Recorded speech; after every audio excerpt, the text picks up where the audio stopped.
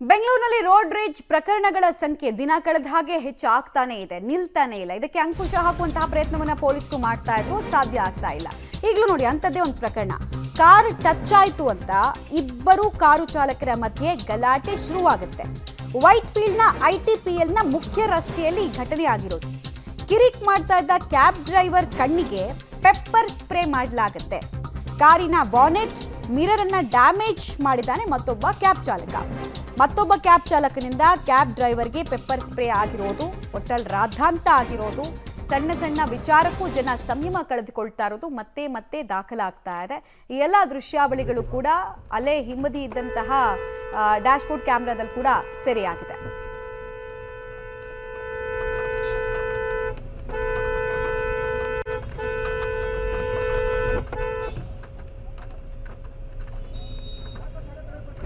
ಉಚ್ಕೊಂಡು ಯಾರು ಹೋಗಿದ್ದು? ಉಚ್ಕೊಂಡು ಹೋದ್ರೆ ಏನ್ ಕುಚ್ಕೊಂಡು ಹೋಗೋದು? ಏನ್ ಉಚ್ಕೊಂಡು ಹೋಗ್ತಾ ಇರೋದು? ಉಚ್ಕೊಂಡು ಏನ್ ಹೋಗಿದ್ ಇವಾಗ?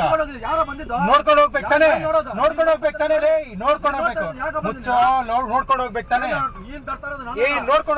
ನೋಡ್ಕೊಂಡು ಹೋಗ್ಬೇಕು ತಾನೆ. ಕಿರ್ಚ್ಬೇಡ ಇವಾಗ. ಗಾಡಿಗೆ ನೀನು ಉಚ್ಕೊಂಡು ಹೋಗಿದ್ದು, ಉಚ್ಕೊಂಡು ಹೋಗಿದ್ದು ನೀನು ನೋಡ್ಕೊಂಡು ಹೋಗ್ಬೇಕು. ನಾನು ಅವ್ರು ನೋಡಿತಾನೆ ಇದೀನಿ ತಾನೆ, ಅವ್ರು ನೋಡಿತಾನೆ ಇದೀನಿ. ಬಾ ಸುಮ್ನೆ ಟ್ರಾಫಿಕ್ ಪೊಲೀಸ್ ಬಾ ಟ್ರಾಫಿಕ್ ಪೊಲೀಸ್. ಇಳಿಯಲು ಏನು ನೀನ್ ಉಚ್ಕೊಂಡು ಮಾತಾಡ್ಬೇಡ, ನೀಟಾಗಿ ಮಾತಾಡು. ನೀಟಾಗಿ ಮಾತಾಡು.